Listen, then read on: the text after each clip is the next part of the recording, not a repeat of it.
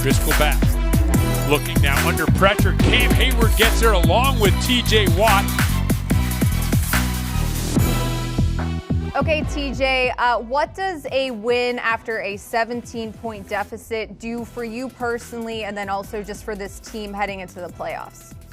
It's just a big confidence booster overall. I think when our backs are against the wall, you're really tested as a team in all areas of the game, whether it's offense, defense, or special teams. And to be able to come away with a win, even though it's not the best, the most appealing looking win, we'll take it and hopefully use that momentum going forward into our final game here and then into the playoffs. It has been a few weeks since Bud Dupree got hurt and hasn't been able to play. How often are you able to communicate with him? And does he kind of watch the game from maybe a different perspective that can help you in any way?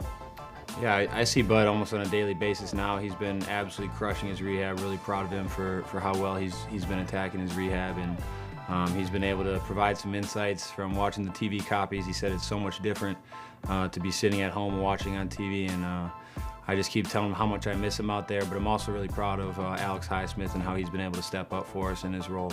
Was that Colts game Alex Highsmith's best game since Bud went down?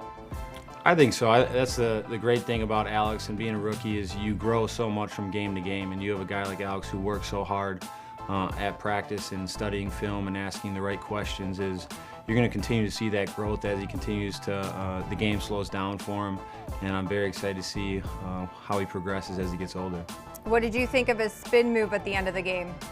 It was a great spin move. I got to ask him how I can do that. I'm not as nimble as he is, but he's got some great moves in his repertoire, and he'll be a great player for us moving forward. You said that communication, something that just became second nature for you and Bud, is something you have to work on with Alex. Is that something that game reps help with, or is there another way you can do that to help improve? Yeah, it's a lot tougher as the season kind of winds down because you don't get a lot of the practice reps that you normally do. And obviously in training camp, you're out there every single day going through battlefield reps and being able to talk through the communication things. But it's more and more just getting reps late in the season, doing it in a film room setting, trying to do it in an informal setting where me and him are just kind of communicating with each other. And then obviously as we continue to play more on Sundays, it also helps. A few weeks ago after Bud got hurt, Coach Tomlin on his radio pregame show was asked about you in the locker room, and he said that you have an older demeanor even though you're a young guy. And one of the quotes he said was, people seek his approval, they like to make him laugh, they like to include him in on the reindeer games whether he wants to or not. He reminds me a lot of James Ferrier. Is that true? I just like to come to work and try to be about my business, and a lot of times the guys try to make me lighten up, and I probably need it more often than not. I try to take this very seriously just because it's a once-in-a-lifetime opportunity to be where I am, to be able to play this game for a living, and sometimes I do have to stop and smell the roses and just kind of enjoy it and spend quality time with these guys, because everybody here is so awesome. They love football, but they truly love spending time with each other, and it only makes us a better unit on the field. Steelers with a corner fire. Rivers being chased. He's hit. The ball came out, and it's picked up by the Steelers. It is Mike Hilton inside the 10 down to the 5, and he's got it at the 3-yard line. TJ Watt with a strip. Mike Hilton with a scoop. You are one sack away from tying James Harrison for the single season sack record for the Steelers, 1.5 away from taking it over. Does that mean anything to you at all, or are you truly just letting it be outside noise? I think it's a very neat opportunity for me. It's a record set by a great player who won Defensive Player of the Year in James Harrison, who I got to spend some time with here. A guy that is just a great member of a historic franchise here as a linebacker. But more importantly, I just want to win games. And the regular season is the regular season. We're fortunate enough to have a spot in the playoffs, and more than anything, I just want to win a Super Bowl. In terms of Defensive Player of the Year, the Steelers do have a knack. When somebody wins that from Steelers, they usually end up in a Super Bowl. So does that entice you at all to talk about what that honor would be like, something obviously your brother knows a lot about?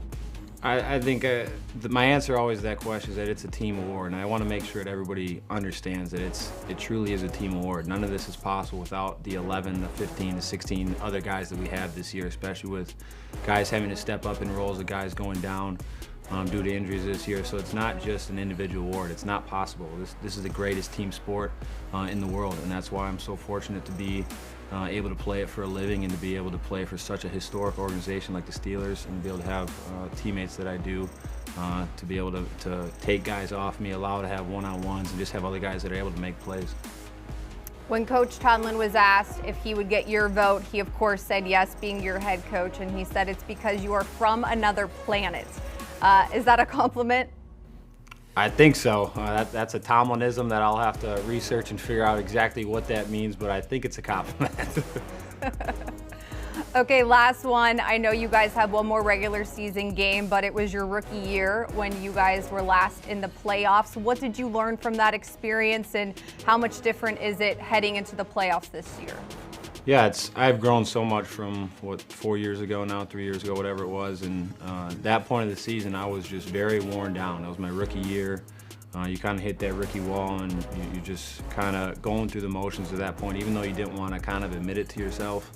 And this time around, I'm so hungry. I've been handling my recovery well. I've been continuing to eat well, practice well, train well, and I feel like I have a true second wind. I'm very, very motivated to continue to play better. I still think I have great football left in front of me this season. So just overall, I feel very, very optimistic about the playoffs. TJ, thanks as always for your time. Really appreciate it. Thank you. What's up, Steelers Nation? It's TJ Watt. Welcome to the Pittsburgh Steelers official YouTube channel. Make sure you subscribe to our channel to stay up to date on everything going on in the Steel City. Thank you for being the best fans in football. Here we go.